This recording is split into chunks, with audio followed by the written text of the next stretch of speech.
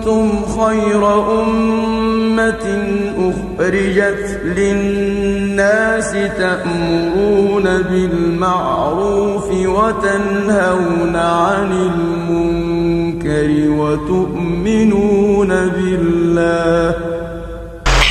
محترم بھائیوں اور بہنوں، رمضان المبارک آدھا گزر چکا اور آدھا باقی رہ گیا. جو گزر گیا اس کا پتہ تک نہیں چلا، اور جو رہ گیا وہ جب گزر جائے گا اس کا بھی پتہ نہیں چلے گا. پوری زندگی بس اسی طرح ہے، جس کے گزرنے کا جب گزر جاتی ہے تو پتہ چلتا ہے کہ گزر گئی. یہ ایک 60-70 سال کے بندے کو پکڑیں اور پوچھیں سناؤ بھی کچھ پتہ چلا، کہتا جی بس پتہ ہی نہیں چلا اور میری یہ عمر ہو گئی.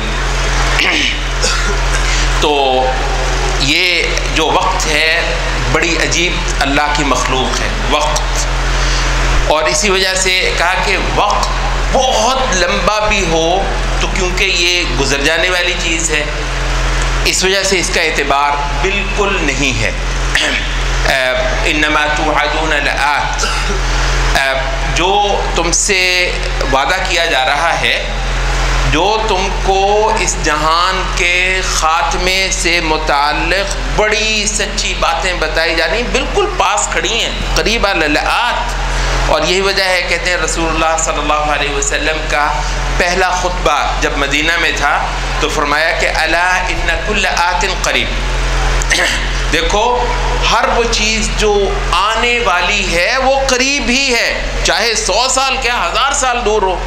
وہ کہاں جب اب گزرتا ہے تو وہ آکھڑا ہوتا ہے. یہی وجہ ہے کہ حدیث میں آتا ہے آدم علیہ السلام سے متعلق کہ اللہ تعالیٰ نے آپ کو بتایا انبیاء کو ان کی موت کے متعلق اللہ بتا دیتا ہے، بلکہ اصل تو یہ ہے کہ انبیاء کو باقاعدہ چناؤ دیا جاتا ہے، سناؤ بھائی قبول ہے، اگر چاہو تو تمہیں موت دے دی جائے. تو کہتے ہیں کہ آدم علیہ السلام کو اللہ تعالیٰ نے فرمایا کہ تمہاری عمر 1000 سال ہے. 1000 سال تھوڑی تو نہیں ہے، یہ تو ہماری تو عمر 1000 سال ہے.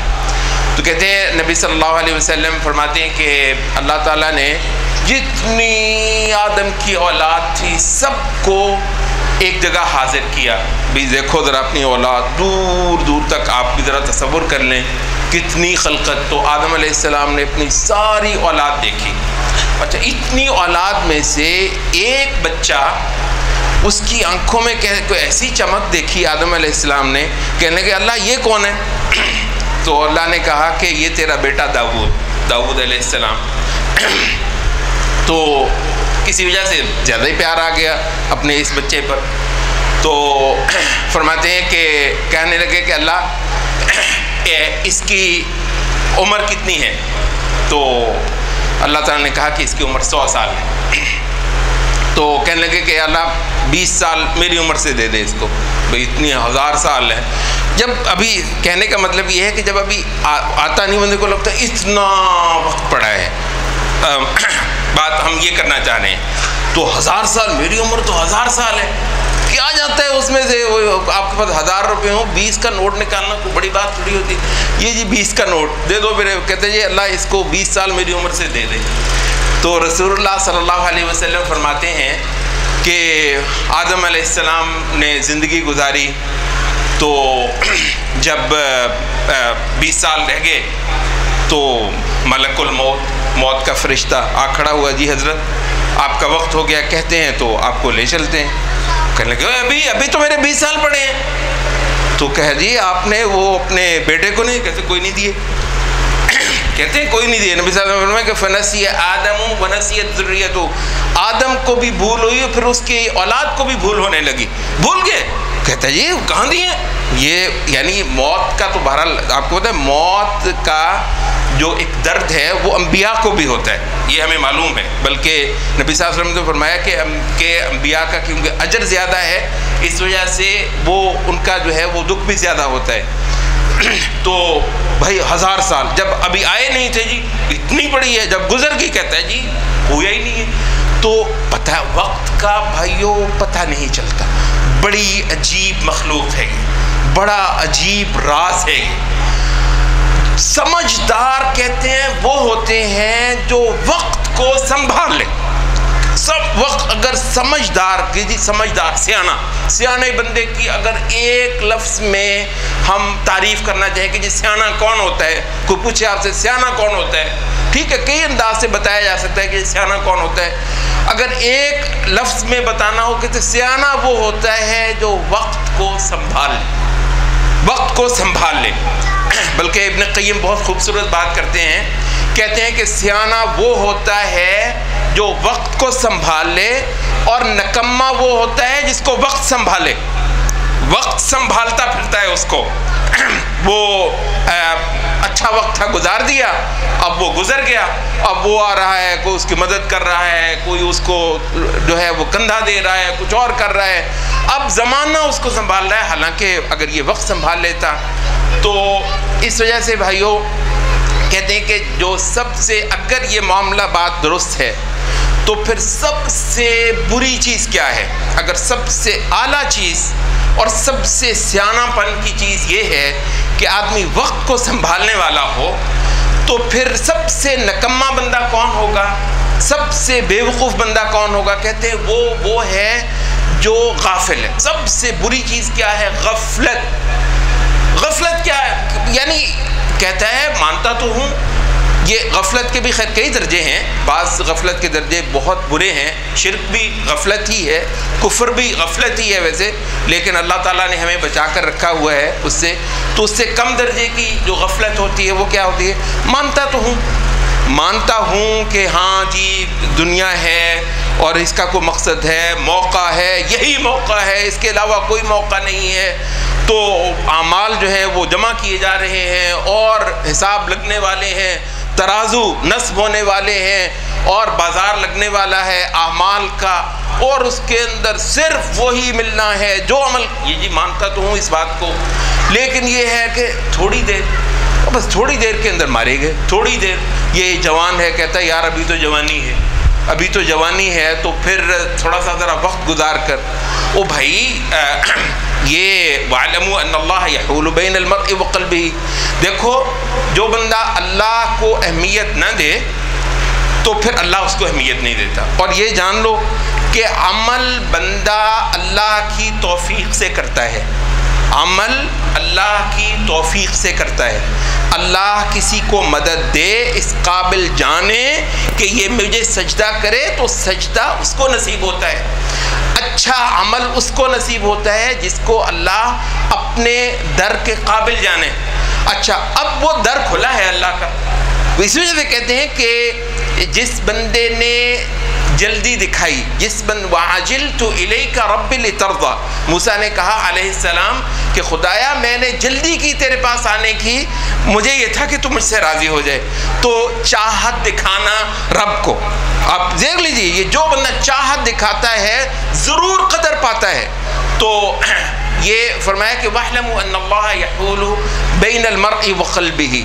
یہ جان لو کہ اللہ بندے اور اس کے دل کے مابین حائل ہوتا ہے. اچھا بندہ یہ کہتا ہے دل تو میرا ہے، دل میرا ہے، ارادہ میرا ہے، ذہن میرا ہے، مرضی میری ہے. او بھائی مرضی بھی اللہ کی توفیق سے. دیکھو یہ اہل سنت کا ایمان ہے. وہ کہتے ہیں تمام اعمال اللہ کی عطا ہے، بالکل کسی کی بہادری نہیں ہے، کسی کا زور نہیں ہے، کارنامے نہیں ہے. جو عمل کرنا نصیب ہوا یہ اللہ کی عطا ہے، اللہ کی مہربانی ہے. اچھا تو اللہ کی عطا، اللہ کا در کھلا ہے، کہتا ہے ابھی کیا جلدی ہے؟ دیکھو اس کا نام ہے غفلت، اور یہ بلاؤں کی بلا، مصیبتوں کی مصیبت، بیماریوں کی بیماری ہے غفلت. در کھلا ہے، کہتا ہے آؤ بخش دوں، آؤ معاف کر دوں، آؤ وہ جو دائمی ہمیشگی کی زندگی ہے اس میں تم کو امیر کر دوں، اس کے جو اچھے باشندے ہیں ان میں شامل کر دوں. در کھلا ہے، آؤ مانگ لو. کہتا ہے ابھی بڑا وقت پڑا ہے. یہ کیا ہے؟ کہتے ہیں یہ ہے بے نیازی. بندہ ہو اور بے نیاز ہو. بے نیازی کس کی صفت ہے؟ بے نیازی خدا کی صفت ہے. خدا بے نیاز ہے. اللہ الصمد, اللہ بے نیاز ہے. بندہ کہتا میں بھی بے نیاز ہوں. سب سے برا بندہ وہ ہے جو مالک کے آگے بے نیازی دکھائے. نخرہ. تو آپ دیکھ لیجئے, یہ جو بھی لوگ آپ کو نوکر میں 1000 عیب برداشت ہو جاتے ہیں. کیا خیال ہے؟ نوکر ہے, ظاہر ہے مختلف اللہ نے صلاحیتوں کے ساتھ پیدا کیے ہوتے ہیں. نوکر کے 1000 عیب آپ کو برداشت ہو جائے, سوائے ایک عیب کے نخرہ ہے. نوکر کرنا نخرہ ہے, بے نیازی ہے. بھائی مالک کو وہ بندہ, وہ نوکر پسند ہے جو مالک کی اہمیت کو محسوس کرے. سب سے بڑی بندگی اصل میں کیا ہے؟ مالک کی اہمیت کو جاننا, مالک کو, مالک کی دین کو, مالک کی عطا کو, اور مالک کے غصے کو. مالک غصہ ہے, غصے میں ہے, یا مالک کے غصے کا امکان ہے, تو اس کو کوئی چیز جاننا کہ جی مالک ناراض ہوتا ہے. بس بندگی اتنی. دیکھو بندگی اتنی ہے. یہ وجہ ہے یہ روزوں کے بارے میں کہا کہ لعلکم تتقون. یہ روزے کیا کریں گے؟ روزے کیا کریں گے؟ ہم نے تو سمجھا کہ روزے بجائے خود کوئی چیز نہیں. کہتے روزے بجائے خود کوئی چیز نہیں ہے. روزوں سے ایک فصل آنی. یہ جتنی فصلیں بوتے ہیں وہ پوچھتے ہیں اس سے کیا آئیں گے؟ کہتے ہیں اس سے دانے گھر آئیں گے. کیا خیال ہے؟ یہ بھی آپ پچھلے دنوں گندم اٹھا کے فارغ ہوئے ہیں نا. یہ کیوں سال 4 مہینے 5 مہینے 6 مہینے وہ کرتے ہیں سارا. یہ کیوں بوتے ہیں فصل؟ کیوں بوتے ہیں فصل؟ دیکھو یہ زمیندار لوگ ہیں آپ. کوئی بندہ کہتے جی فصل بوتے ہیں دانے گھر آنے ہیں, روزے رکھنے ہیں. کہتا روزے کیوں رکھ؟ کہتا اس سے بھی دانے گھر آنے. اب دانے کسی کے, وہ جو فصل ہے آپ دیکھ لو, یہ جس نے گندم بوئی, جس کے گھر کچھ نہ آیا ہو, کتنا وہ محروم ہے, کتنا وہ درماندہ ہے, کتنا وہ بیچارہ ہے. فصل بوئی اور گھر کچھ نہیں ہے. اب دیکھو ہم نے بھی پورے 1 مہینے فصل بوئی ہے, صبح سے لے کر شام تک محنت ہوئی ہے.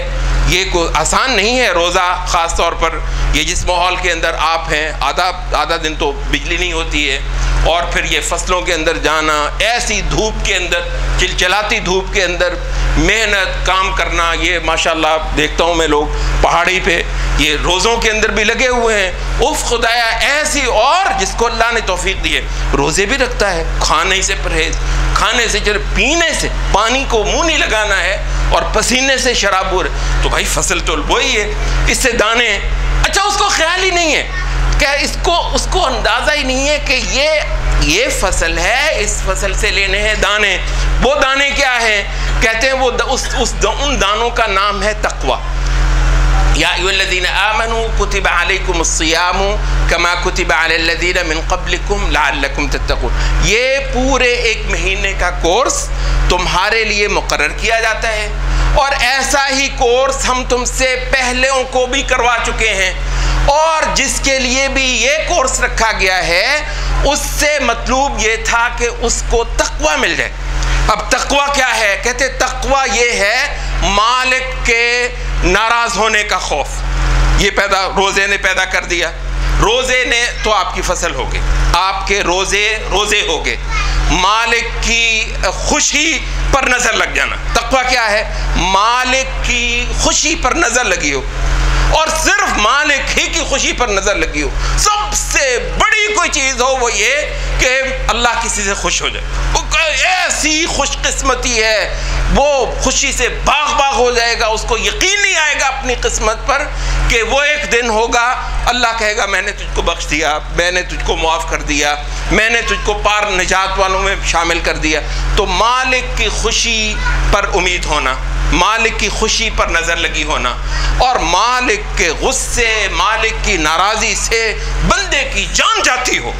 دیکھو یہ ہے وہ چیز کہ جو ہماری ان عبادتوں سے اصل میں مقصود ہے. اور یہ غفلت جو ہے وہ بہت بری چیز ہے. تو جو بات ہم عرض کر رہے تھے وہ یہ ہے کہ یہ وقت جو ہے یہ اس کو گزارنے کے لیے جس چیز سے ہمیں متنبہ رہنا ہوتا ہے وہ ہے غفلت. غفلت چھوڑنی ہے, اور تندہی کے ساتھ، کوشش کے ساتھ اللہ تعالیٰ نے جو ایک موقع دیا ہوا ہے، اعمال جو ہے وہ بڑے بڑے گناہ بڑھ جاتے ہیں، اعمال بڑے بڑے گناہ بڑھ جاتے ہیں، تو اس کے اندر پھر ہم وہ اپنا کوشش کرتے ہیں کہ زیادہ سے زیادہ مقصد حاصل کر لیں اس دنیا کے اندر آنے کا۔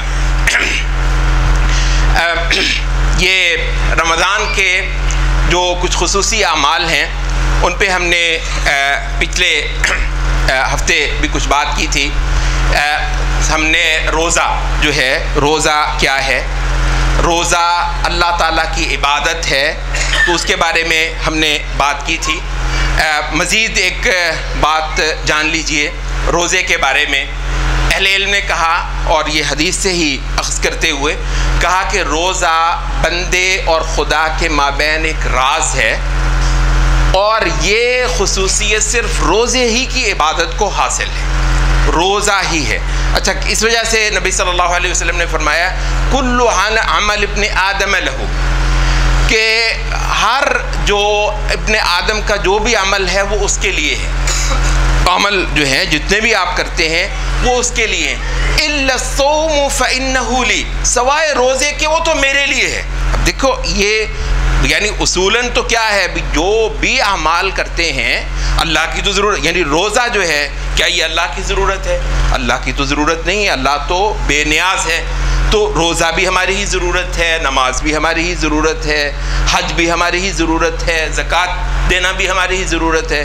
اچھا، تو وہ کہتے ہیں کہ یہ کیا ہے؟ وہ کہتے ہیں یہ اس کی کل وجہ یہ ہے کہ اللہ بعض چیزوں کو اپنے ساتھ خاص کر لیتا ہے، جیسے کہا بیت اللہ، بیت اللہ، اللہ کا گھر، کسی اللہ کے گھر میں جاتے ہیں۔ اب ایک تو جو خانہ کعبہ ہے اس کو خصوصی طور پر بیت اللہ کہا گیا، ورنہ یہ ہے کہ جتنی مسجدیں ہیں ان سب کو بیوت اللہ کہا گیا ہے۔ فی بیوت اذن اللہ ان ترفع ویذکر فیہا اسمہ، ایسے گھر زمین پر جس میں اللہ کا نام لیا جاتا ہے، اللہ کا ذکر ہوتا ہے، اور اللہ کے کثرت کے ساتھ تذکرے ہوتے ہیں، اور اللہ کی پوجا پرستش کرنے والے وہاں پر اکٹھے ہوتے ہیں، ان کو کہا اللہ کے گھر۔ اچھا، اب وہ کیا ہے کہ یہ کیا اللہ رہتا ہے یہاں پہ؟ وہ جس معنی میں ہم سمجھتے ہیں کہ یہ رہائش وہ اللہ تعالیٰ کی تو رہائش کہیں نہیں ہے، زمین پر کسی خاص جگہ پر نہیں ہے۔ اللہ رب العزت تو اپنی ذات کے ساتھ عرش کے اوپر ہے، تو زمین پر تو نہیں۔ تو کسی چیز کو کہتے ہیں یہ میرا ہے، تو کہتے ہیں وہ کیا ہے؟ وہ صرف شرف دینا ہے، کہا یہ میرا گھر ہے۔ کس معنی میں؟ اس معنی میں نہیں کہ اللہ استغفر اللہ وہاں پر کوئی رہائش پذیر ہے، میرا گھر۔ جب ہم کہتے ہیں میرا گھر تو اس کا مطلب یہی ہوتا ہے کہ میری وہاں پر رہائش ہے۔ جب اللہ کہے میرا گھر تو اس کا مطلب یہ نہیں کہ اللہ وہاں پر رہائش پذیر ہے۔ پھر کیا مطلب ہے؟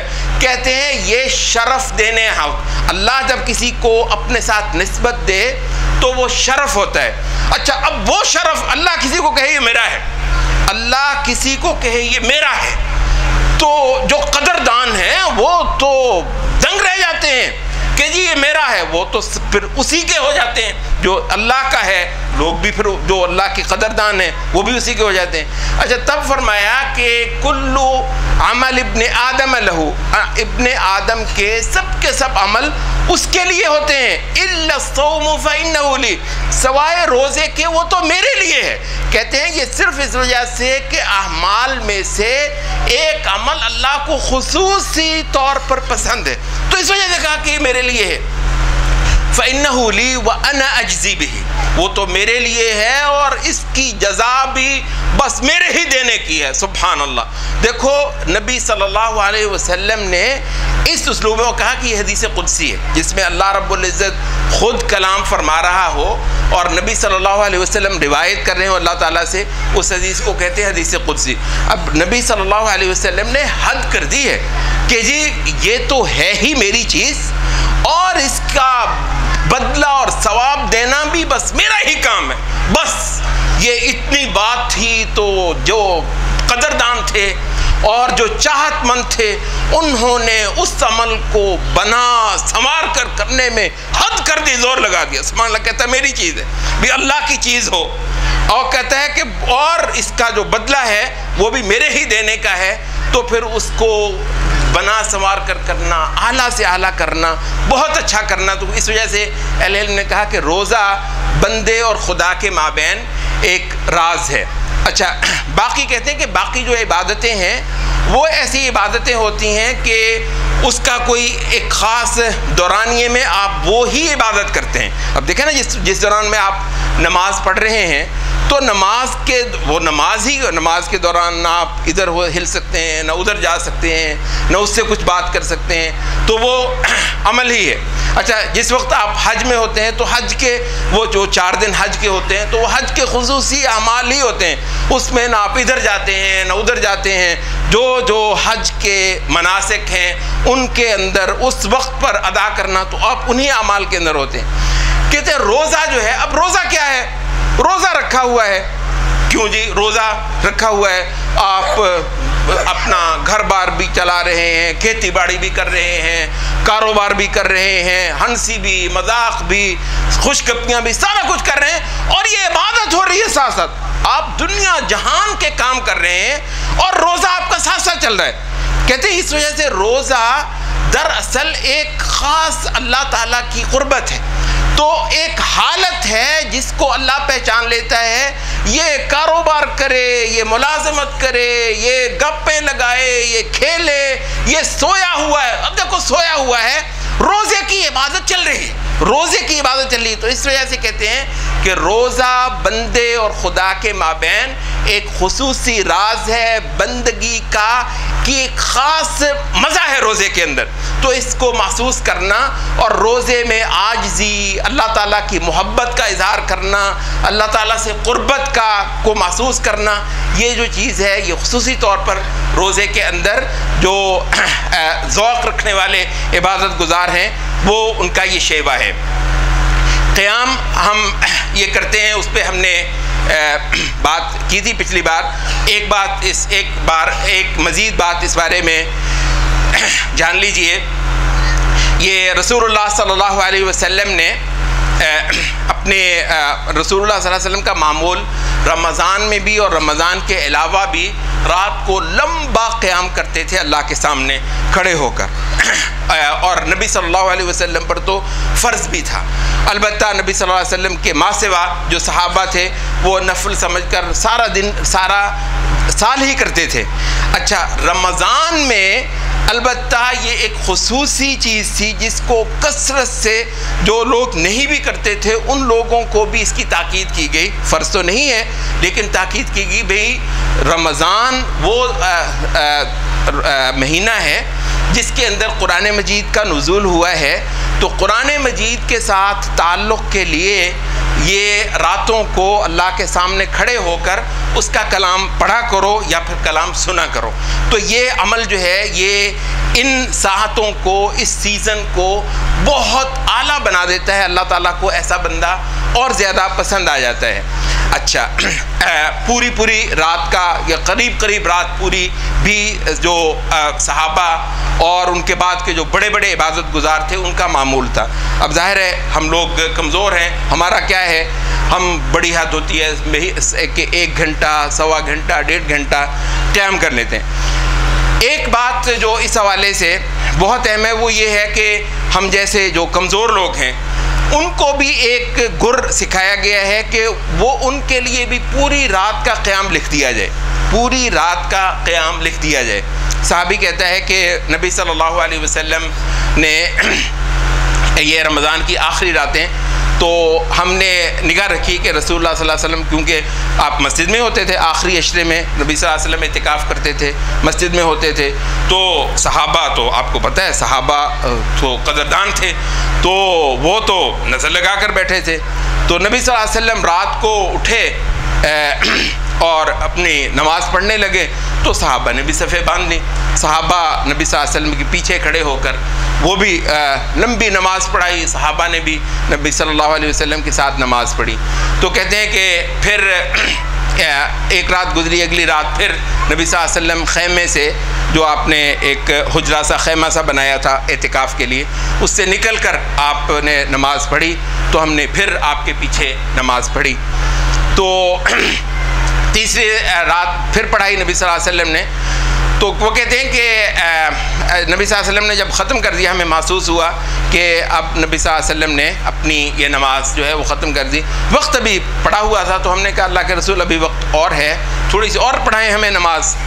تو نبی صلی اللہ علیہ وسلم نے فرمایا کہ انہو یہ ہے جو گر جو آپ کو بتانا چاہ رہے ہیں ہم, انہو من صلی مع الامام حتی ینتہی. دیکھو جو بندہ امام کے ساتھ یہ جو رات کی یہ جو قیام کی نماز ہے نا, یہ نفل نماز جس کو آپ تراویح بھی کہتے ہیں, تہجد بھی کہہ دیتے ہیں, قیام اللیل بھی کہہ دیتے ہیں, یہ راتوں کی خصوصی عبادت. فرمایا کہ جو بندہ امام کے ساتھ پڑھتا چلا جائے حتی ینتہی, جب تک کہ امام ختم نہ کرے, کتب لہو قیام اللیل, اس کے لیے پوری رات ہی کا قیام لکھ دیا جاتا ہے, پوری رات ہی کا قیام لکھ دیا جاتا ہے. اس وجہ سے عموماً ہم لوگوں کو سمجھاتے ہیں کہ بھائی وہ اللہ کے بندے, وہ امام پڑھا رہا ہوتا ہے, ظاہر ہے نبی صلی اللہ علیہ وسلم جو ہے وہ پوری نماز جتنی بھی امام نے پڑھانی ہے وہ نبی صلی اللہ علیہ وسلم کا مقصود ہے. تو وہ وطر کا ٹائم ہوتا ہے, لوگ اللہ کے بندے نکل جاتے ہیں, کوئی حرج نہیں, پڑھنا ہے آپ نے وطر بعد میں پڑھ لیں.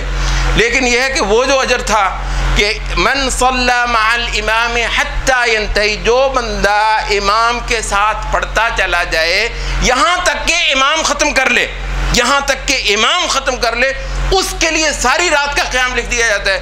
تو بھائی آپ وطر کا کو اور کر لیں, یا تو یہی ہے کہ وہ وطر کو آپ جفت کر لیں اور صبح کو پھر دوبارہ وطر پڑھ لیں, یا یہ ہے کہ وطر ایک بار جب پڑھ لیے تو کوئی حرج کی بات نہیں ہے. وطر کہتے ہیں عربی میں طاق کو, یہ طاق نمبر ہوتے ہیں نا, جفت اور طاق, وطر کہتے ہیں طاق کو. تو جب ایک بار طاق ہو گئی اس کے بعد آپ دو رکعتیں پڑھتے چلے جائیں گے, وہ طاق ہی رہے گی, وہ وطر ہی رہے گی. یہ سمجھ لیجئے, طاق ہو گئی جب ایک بار نماز, ٹھیک ہے, اس کے بعد آپ جب دو پڑھتے رہیں گے وہ طاق ہی رہے گی, وہ وطر ہی ہے. اس وجہ سے ایک بار وطر پڑھ لیا اور رات کو اللہ نے کسی کو موقع دے دیا اور وہ اٹھا, وضو کیا اور مسئلے پہ کھڑا ہو گیا. اب یہ تھوڑی ہے کہ جی میں نے تو وطر پڑھا ہوا ہے میں پڑھ نہیں سکتا, پڑھیں, بالکل کوئی مسئلہ نہیں ہے. وہ اگر آپ دو پڑھتے رہیں گے وہ وطر ہی رہے گا. وطر کا مطلب ہے طاق, وہ طاق ہی رہے گا, وطر ہی رہے گا. اس وجہ سے یہ نہیں ہے کہ بندہ راتوں کی ان ساعتوں کو اپنے اوپر حرام کر لے, جی میں نے تو وطر, اب میں پڑھوں کیسے. بالکل پڑھ سکتے ہیں آپ. اور البتہ بعض لوگوں کا یہ بھی عمل رہا ہے کہ وہ امام کے ساتھ پڑھ کے تو اس کے بعد ایک رکعت مزید پڑھ لیتے تھے, اس کو رات کے لیے وہ جفت بنا لیتے تھے اور صبح کو جا کر پھر وطر پڑھتے تھے. اگر آپ کو یہ کرنا ہو, اگرچہ زیادہ عمل بہتر پہلا ہی ہے, زیادہ بہتر عمل پہلا ہی ہے کہ امام کے ساتھ آپ پڑھیں اور اس کے بعد پھر آپ جفت جو ہے وہ پڑھتے رہیں. یا یہ ہے کہ اگر آپ کے امام نے ہی صبح کو پڑھانی ہے وہ ایک پھر الگ بات ہے, پھر امام کے ساتھ آپ ہیں.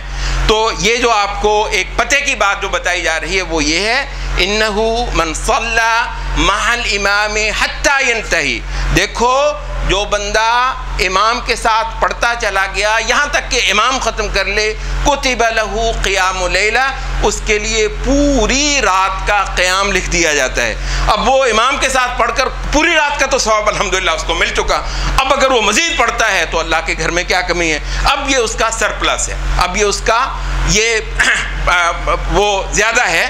تو انشاءاللہ زیادۃ الخیر خیر, خیر جتنی زیادہ ہو اتنی اچھی ہے, جتنا گڑ ڈالو انشاءاللہ اتنا میٹھا ہے. تو یہ ہے قیام اللیل. رمضان کے اندر قرآن پڑھنا یہ اصل میں مہینہ ہے ہی قرآن کا, شہر رمضان الذی انزل فیہ القرآن. رمضان کا تعارف اللہ نے کروایا روزوں کا حکم دینے کے بعد, کہا کہ اس رمضان کے مہینے میں مجھ کو یہ روزے چاہیے. کیوں بھئی رمضان کے مہینے میں خاص طور پر کیوں چاہیے؟ کہتا ہے اس وجہ سے کہ اس کے اندر میں نے کلام فرمایا ہے, اس کے اندر انسانیت سے اللہ نے خطاب فرمایا, کوئی چھوٹا واقعہ نہیں ہے. اصل مسئلہ یہ ہے کہ اللہ کے قدردان نہیں ہے زمین پر, بہت کم ہے. ورنہ آپ ذرا تصور کر لیں, کہتے ہیں یہ اللہ نے انسانوں سے گفتگو فرمائی ہے, یا سبحان اللہ, مر نہ جائیں, قربان نہ ہو جائیں. مالک نے اپنے بندوں سے لمبی گفتگو فرمائی ہے, اتنا موٹا ہے یہ قرآن, اس کا تو ایک ایک حرف نور ہے, روشنی ہے. یہ اکرمہ رضی اللہ عنہ ٹھیک ہے, جب تک ایمان نہیں لائے تھے تو نہیں لائے تھے. اکرمہ یہ ابو جہل کے بیٹے, ابو جہل کو تو ایمان نصیب نہیں ہوا, وہ تو کفر پر مرا.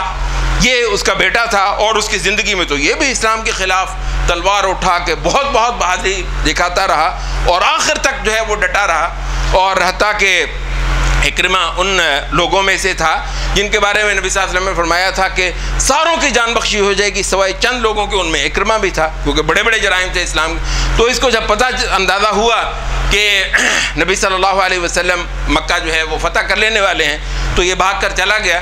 دوبارہ قصہ مختصر، ان کی بیوی جو ہے وہ اسلام لے آئی، اور اس نے نبی صلی اللہ علیہ وسلم سے درخواست کی، جی میرے خاوند کی اگر معافی ہو جائے تو کیا ہی بات ہے۔ تو نبی صلی اللہ علیہ وسلم نہ تو کرتے ہی نہیں تھے، ایسے بندے کو بھی کہہ جا اگر وہ واپس آ جاتا ہے تو اس کی جان بخشی ہے۔ تو اکرمہ اس کے بعد آپ کو پتہ ہے اسلام قبول کیا، اور پھر جہاد میں بہت اعلیٰ کارنامے کیے، بہت زبردست بڑے صحابی بنے اکرمہ۔ تو بہرحال یہ ہے کہ ان کو دکھ ہوتا تھا کہ اتنے سال جو ہیں انہوں نے اسلام سے اور نبی صلی اللہ علیہ وسلم سے جنگ کی ہے۔ تو کہتے ہیں کہ وہ قرآن مجید کو پکڑ لیتے تھے اور چومتے تھے، آنکھوں کو لگاتے تھے، کہتے کلام و ربی، میرے رب کا کلام ہے، میرے رب کا کلام ہے۔ تو اس وجہ سے یہ ٹھیک ہے، ہماری وہ اعلیٰ قسمت نہیں ہے کہ یہ ہماری زبان میں بھی ہوتا، یہ تو بہت اعلیٰ کہ ہماری زبان میں عربوں کو اللہ نے ایک فضیلت دی ہے، شرف دیا ہے کہ ان کی زبان میں بات تو اللہ نے تمام انسانوں سے کی، جو امریکہ میں رہتے ہیں، جو آسٹریلیا میں رہتے ہیں، جو سینٹرل ایشیا میں رہتے ہیں، جو افریقہ میں کہیں ہیں، تمام انسانوں سے جو کہنا تھا وہ کہا، وہ بات کر دی، تمام انسانوں سے خطاب ہے، اور وہ صرف عربوں سے خطاب نہیں ہے، تمام انسانوں سے خطاب ہے قرآن، ٹھیک ہے۔ لیکن یہ ہے کہ اس قوم کی یہ خوش قسمتی تھی کہ وہ تمام انسانوں سے خطاب کرنے کے لیے ایک قوم کی زبان کو ذریعہ بنایا، تو وہ عرب تھے، ٹھیک ہے۔ وہ تو شرف ہمیں نہیں ملا، گو اللہ کا شکر ہے کتنے لوگ ایسے ہیں، تھوڑے نہیں ہیں، ہر قوم میں ایسے لوگ ہیں جنہوں نے محنت کر کے عربی سیکھی، اور صرف اس وجہ سیکھی کہ مالک الملک رب العزت نے اس زبان میں انسانوں سے خطاب فرمایا۔ تو یہ بھی کیا ہے، چلیں جی ٹھیک ہے ہماری زبان نہیں ہے، تو بھی زبان قرآن مجید کے الفاظ بذات خود اللہ کے بولے ہوئے لفظ میری زبان سے نکلیں، کیا بات ہے، میری زبان سے اللہ کے بولے ہوئے الفاظ نکلیں، اور بار بار میں ان الفاظ کو جپوں، بار بار میں ان الفاظ کو بولوں، برکت ہی برکت ہے، نور ہی نور ہے، روشنی ہی روشنی ہے، سعادت ہی سعادت ہے۔ اور یہ ہے نبی صلی اللہ علیہ وسلم نے فرمایا کہ ایک لفظ نہیں، ایک حرف کی جو ہے وہ 10 نیکیاں، الف لام میم، اس کی آپ کو 30 نیکیاں ملتی ہیں۔ تو یہ رمضان کے اندر نبی صلی اللہ علیہ وسلم کا معمول تھا۔ عائشہ رضی اللہ عنہ کہتی ہیں، دیگر صحابہ نے بھی بیان کیا کہ رسول اللہ صلی اللہ علیہ وسلم جبریل کے ساتھ قرآن مجید کا دور کرتے تھے، پورا قرآن مجید۔ یہ بعض لوگوں نے ایسے وہ کہ جی کہاں سے حدیث آپ نے وہ لے آئے کہ جی پورا قرآن کرنا ہے رمضان میں۔ حدیث میں آتا ہے کہ رسول اللہ صلی اللہ علیہ وسلم ہر سال جبریل کے ساتھ پورے قرآن کا، ظاہر ہے ابھی قرآن مکمل نہیں ہوتا، جتنا نازل ہو چکا ہوا تھا، ہر سال پورے قرآن مجید کا دور کرتے تھے، مکمل کرتے تھے، جبریل کو سناتے، جبریل نبی صلی اللہ علیہ وسلم کو قرآن سناتا۔ اچھا، فرمایا کہ آخری سال نبی صلی اللہ علیہ وسلم نے جب اس جہان سے رخصت ہو جانا تھا تو اس شرف کو دگنا کر دیا، اور 2 بار جبریل کے ساتھ قرآن مجید کا دور کیا۔ تو یہ نبی صلی اللہ علیہ وسلم، اچھا نبی صلی اللہ علیہ وسلم کو سننا پسند تھا۔ ابو موسیٰ اشعری کہتے ہیں کہ نبی صلی اللہ علیہ وسلم کا گزر ہوا، ابو موسیٰ اشعری بہت خوش الحان تھے، یہ خوش الحانی کے ساتھ کوئی قرآن پڑھتا ہو سنا کرو۔ آج کل چلیں یہ کچھ آلات بھی آ گئے ہیں، ان کے ذریعے سے بھی بڑے بڑے اچھے قاریوں کی آواز آپ کو میسر ہے، ورنہ آپ کو پتہ ہے کوئی زمانہ تھا جب ٹیپ نہیں تھے، یہ ٹیپ، یہ سیڈیاں، یہ آپ آج کل موبائلوں میں آپ نے قرآن مجید رکھا ہوا ہے، جب نہیں تھے تو اچھا قرآن سننا۔ یہ بدبخت آپ نے دیکھا ہے، وہ جی وہ عطا اللہ، وہ کوئی گانے والا وہ آ رہا ہے، یہ ماشاءاللہ فیصل آباد جا رہا ہے، آپ کو پتہ ہے وہ کنسرٹ ہو رہا ہے، وہ میوزک کا کوئی وہ ہو رہا ہے، پروگرام ہو رہا ہے، یہ لاہور پہنچا ہوا ہے۔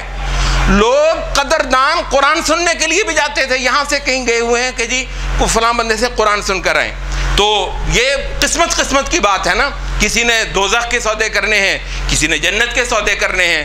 رمضان میں یہ سبق آپ نہیں سیکھیں گے, یاد نہیں کریں گے, تو پھر کب موقع ہے؟ تو قرآن مجید خوش الحانی کے ساتھ پڑھا جا رہا ہو تو اس کو سننا اور غور سے سننا, ڈوبنا, مزے لینا قرآن مجید اللہ کے کلام سے. تو کہتے ہیں ابو موسیٰ اشعری, اللہ نے بڑی خوبصورت آواز دی ہوئی تھی ان کو. تو نبی صلی اللہ علیہ وسلم کا گزر ہوا تو یہ اپنے گھر میں قرآن جو ہے یہ پڑھ رہے تھے. نبی صلی اللہ علیہ وسلم سننے لگ گئے اور بعد میں کہا ابو موسیٰ تمہیں تو اللہ نے کوئی آواز دی ہے. اوتیت مزمارا من مزامیر آل داود, وہ جو آل داود کو اللہ نے جو سر دیے تھے ان میں سے ایک سر تجھے اللہ نے دے رکھا ہوا ہے.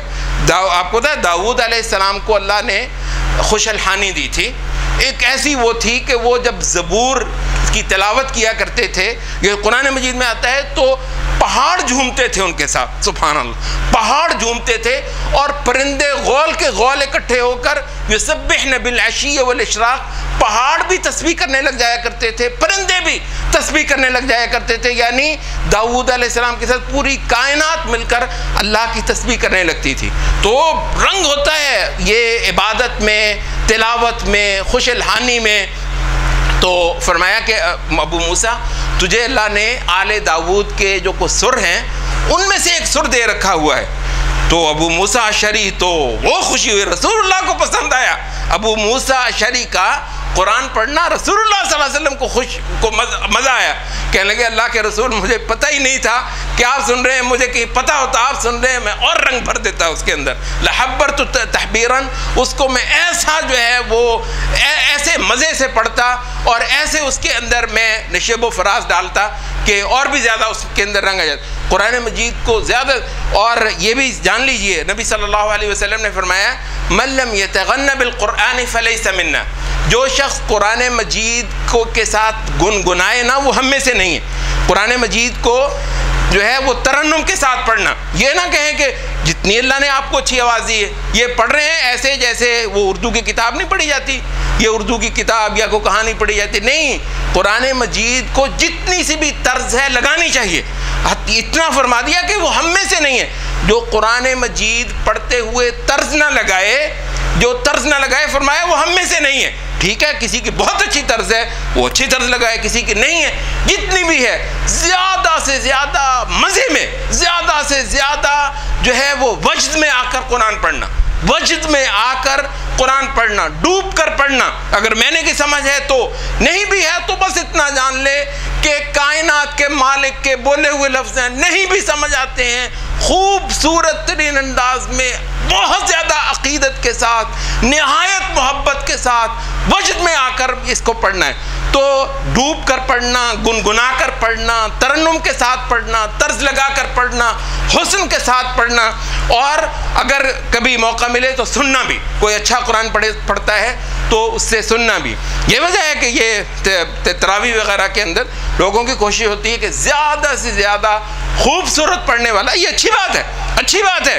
اس پر اگر کچھ آپ کی لاگت بھی آتی ہے تو کوئی حرج کی بات نہیں ہوتی ہے. زیادہ سے زیادہ اچھی تلاوت کرنے والا.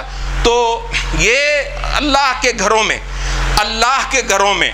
اللہ کا کلام صفوں میں, لائنوں میں کھڑے ہو کر, یہ اس زمین پر رہنے والے کچھ لوگوں کی قسمت ہے.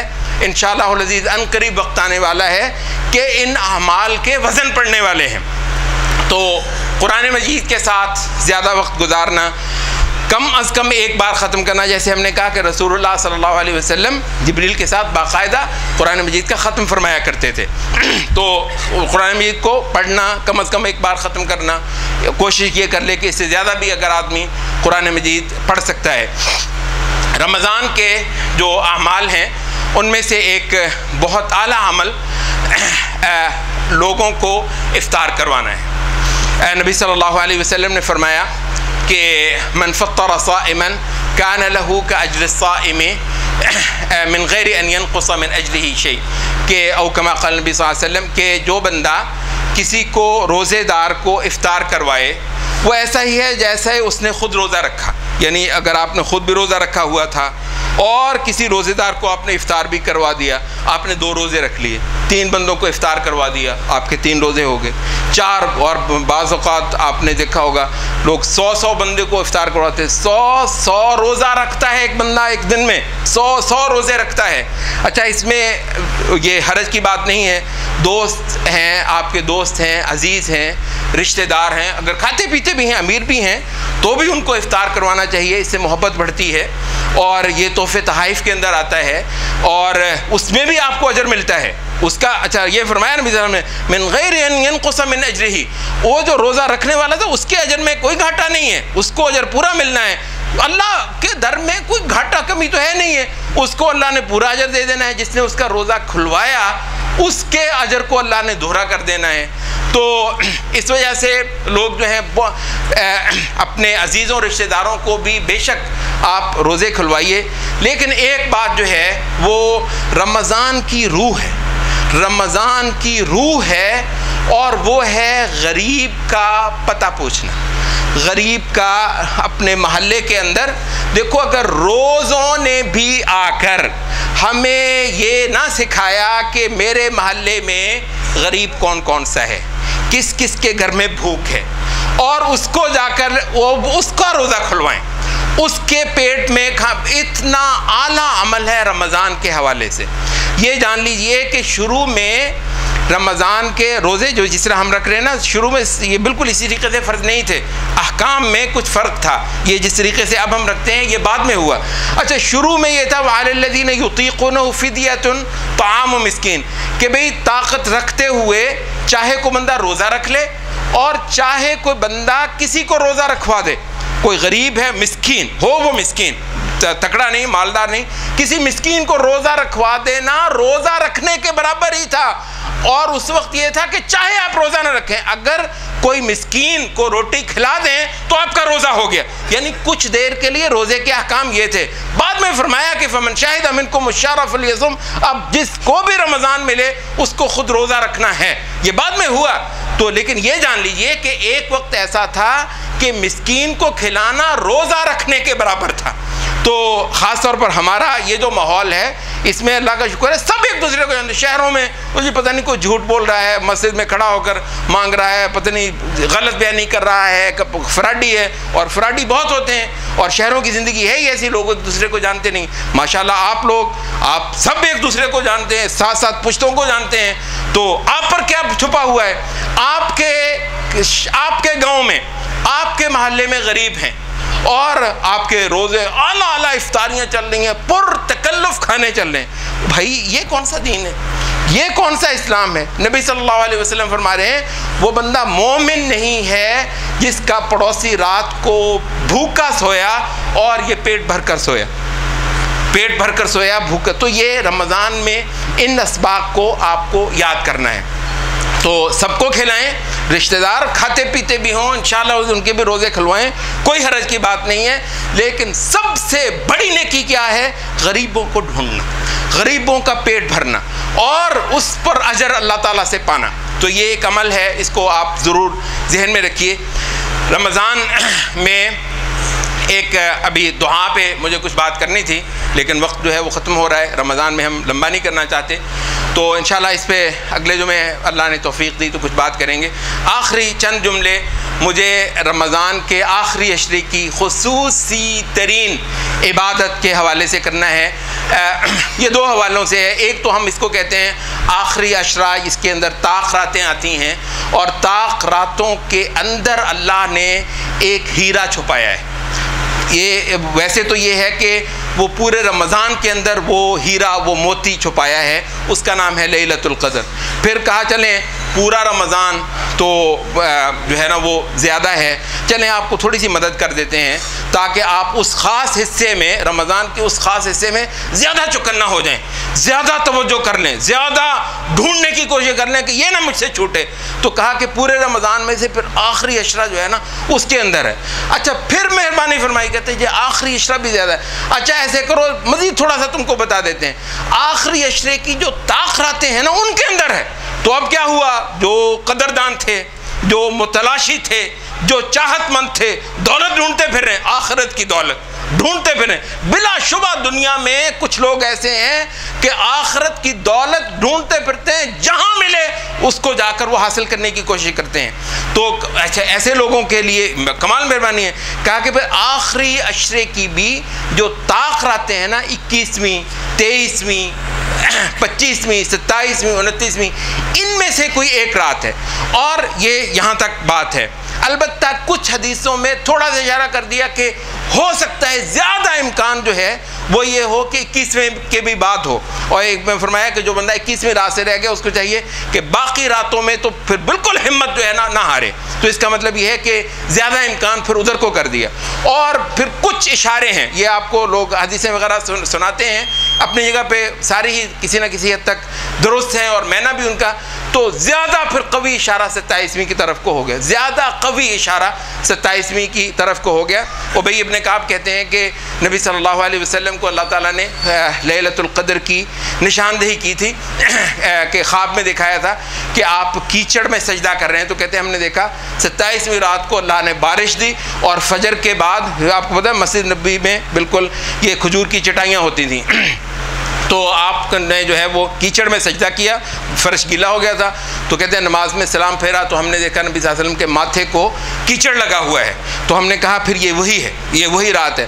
تو اچھا, ان راتوں کو تلاش کرنا سب پر ہے, عورتیں بھی کریں, مرد بھی کریں, بندے بھی, جوان بھی, بوڑھے بھی. بھائی ایسی دولت کہاں ملے گی؟ ایک سال میں ایک ہی بار یہ پردہ ہٹایا جاتا ہے, اس کے اندر مانگ لو اللہ سے, اس کے اندر کوئی کمال کے سجدے کر لو, تسبیح کر لو, اللہ کے گن گا دو, اس کے اندر کوئی ایسی چیز کر لو جو اللہ کو پسند آئے. اس خاص وقت ہے, دربار کھل گئے ہیں, اور قسمتوں کے فیصلے جو ہیں, کہا کہ قسمتوں کے فیصلے ہوتے ہیں اس رات کو. ٹھیک ہے, فیہا یفرق کل امر حکیم, ہر دانائی کا فیصلہ تمہارے بارے میں, اوروں کے بارے میں اس رات کو ہوتا ہے. قلم چل رہے ہیں جس وقت, مالک کے قلم چل رہے ہیں بھائی, اس وقت جو ہیں ہاتھ اٹھے ہوئے ہیں, ادھر ہمارے ہاتھ اٹھے ہوئے ہیں اور مالک کا قلم چل رہا ہے. تو اس وجہ سے کہا کہ یہ بہت کمال کا وقت ہے, اور اس رات وہ لگے ہوئے ہیں لوگ جو ہیں وہ کھانے پینے میں اور ضرورت کے جو ہے وہ جو جشن کرنے میں اور پتہ نہیں کیا کیا کرنے میں. بھائی وہ ایسی رات ہے کہ اس کا ایک سیکنڈ بھی عام دنوں کے مہینوں سے بڑھ کر ایک سیکنڈ بھی اس رات کا ضائع نہ کریں. اور وہ رات والا کب سے شروع ہوتی ہے یہ بھی میں آپ سے عرض کر دوں, وہ رات شروع ہوتی ہے مغرب سے, مغرب کے وقت سے ہی رات, وہ رات ضائع کرنے کی نہیں ہے. مغرب کے وقت سے حتی مطلع الفجر, فجر کی جب پاں پھٹتی ہے اس وقت تک ایک ایک ساتھ جو ہے وہ مہینوں سالوں کے برابر ہے. تو اس وجہ سے اس کو وہ حاصل کرنا, تو یہ سب کریں اس کو. البتہ نبی صلی اللہ علیہ وسلم کا طریقہ یہ ہوتا تھا کہ اس رات کو تلاش کرنے کے لیے اور اس رات کے اندر اعلیٰ سے اعلیٰ عمل کرنے کے لیے اللہ کے رسول ڈیرے لگا لیتے تھے. اللہ کے گھر میں آ کر, مسجد میں آ کر ڈیرے لگا لیتے. اس مسجد میں اللہ کے گھر میں آ کر ڈیرے لگا لینے کا نام کیا ہے؟ اس کو اعتکاف کہا گیا. اعتکاف کیا ہے؟ کہ کسی کے در پر جا بیٹھنا. کہتے ہیں یہ فی نفس ہی عبادت, بجائے خود یہ عبادت ہے. ایک تو ہے نا آپ جب جائیں گے کسی کے گھر جا کے پڑاؤ ڈال دیں گے, اس کے آگے جم کر بیٹھ جائیں گے, اس کے دروازے پہ بیٹھا ہے کہتا ہے کچھ لے کے جانا ہے. اعتکاف یہ ہے, بیٹھ کے اس کے آگے کہتا ہے کچھ لے کے جانا ہے. اب جب آپ نے بیٹھ کر مانگنا ہے وہ تو بعد میں, آپ کا بیٹھنا بجائے خود مانگنا ہے. اعتکاف کی خوبصورتی یہ ہے, بیٹھ گیا ہوں اس کے گھر میں, بیٹھا اس لیے ہوں کہ لینا ہے, مانگتا ہوں. تو کہتے ہیں کہ یہ اعتکاف کے اندر اللہ کی طرف خصوصی توجہ کی جاتی ہے. یہ جان لیجئے کہ پرانی امتوں کے لوگ جو ہیں وہ جنگلوں میں نکل جایا کرتے تھے کہ جی خدا کے ساتھ کچھ خصوصی ساعتیں گزارنی ہیں, بس میں ہوں اور خدا ہے. اچھا, اس امت کے حق میں اللہ تعالیٰ نے اس عمل کو پسند نہیں فرمایا کہ لوگ جنگلوں میں نکل کر خدا کے ساتھ خلوت کریں. کہا کہ میرے گھروں میں آ کر ہی میرے ساتھ خلوت کرو. تو اعتکاف خلوت ہے رب العالمین کے ساتھ. اعتکاف منگتا پن ہے. اعتکاف کسی کے جا کے ڈیرے لگا دینا ہے, کسی کے آگے جا کر بیٹھ جانا ہے کہ میں تجھ سے کچھ پا کر جاؤں گا. تو یہ اعلیٰ ترین عمل ہے اعتکاف. اور یہ 21ویں رات آپ کو پتہ ہے رات شروع ہوتی ہے مغرب کے ساتھ. مغرب کا جب وہ ہو، یہ نہیں ہے کہ آپ روزہ کھول کے، جس نے اعتکاف کرنا ہے وہ روزہ مسجد ہی میں کھولے گا. جس کو اعتکاف کرنا ہے 20ویں کا روزہ وہ مسجد میں کھولے گا، کیونکہ مغرب کے ساتھ اعتکاف شروع ہو جاتا ہے اور مغرب پر روزہ کھلتا ہے. تو 20ویں کی شام یعنی 21ویں رات کو جب شروع ہوتی ہے، مغرب کے وقت آپ اللہ کے گھر میں آ کر بیٹھ جاتے ہیں، اور پھر جب تک رمضان کا جو ہے وہ اختتام نہیں ہوتا، شوال کا چاند نہیں چڑھاتا، آپ مسجد میں بیٹھتے ہیں. اور کو بہت ضروری کام ہے جو ہے جیسے لیٹرین میں جانا اور اس طرح کی کو ہے، ورنہ یہ ہے کہ آپ مسلسل اللہ کے گھر میں بیٹھ کر. تو رسول اللہ صلی اللہ علیہ وسلم لیلۃ القدر کی تلاش کے لیے اور اس میں ایسی اعلیٰ ترین حالت میں آنے کے لیے جو اللہ کو سب سے زیادہ پسند ہو، اللہ کے گھر میں ہی ڈیرے لگا لیتے تھے. اور نبی صلی اللہ علیہ وسلم کی بیویوں نے بھی یہ کیا، اور نبی صلی اللہ علیہ وسلم کی زندگی کے بعد صحابہ نے بھی کیا، آج تک یہ ہوتا ہے. جس کو اللہ توفیق دے وہ اعتکاف بھی کر لے، لیکن یہ نہیں ہے کہ اگر آپ اعتکاف نہیں کر سکتے تو لیلۃ القدر کو تلاش کرنے کی اس وسیلت سے آپ محروم رہ جائیں. کوشش کرنی چاہیے. یہ سونے کی گھڑیاں ہیں جو آنے والی، سونا یہ جو آپ پہنتے ہیں، سونا وہ نیند کے معنی میں سونا نہیں، تو یہ اعلیٰ ترین گھڑیاں ہیں جو آ رہی ہیں. اللہ سے دعا کرنا چاہیے کہ اللہ ہمیں ان گھڑیوں سے فائدہ اٹھانے کی زیادہ سے زیادہ توفیق دے. قولوا قولی ھذا واستغفر.